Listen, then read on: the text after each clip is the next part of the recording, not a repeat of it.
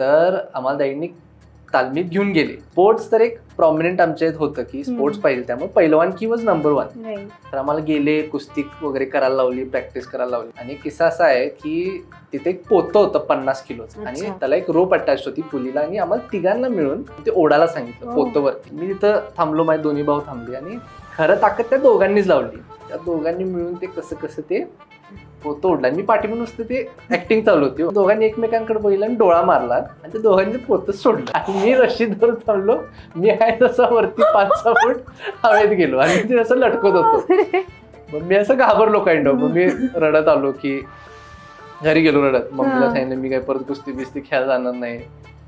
मग डॅडनी तरी ट्राय केलं पण आम्हाला कुस्ती जमत नव्हती. मग what are parents, they sat us down and they told us की ठीक आहे कुस्ती नाही पण स्पोर्ट्स तुम्ही काहीतरी कंटिन्यू करायलाच पाहिजे, स्पोर्ट्स करायचं.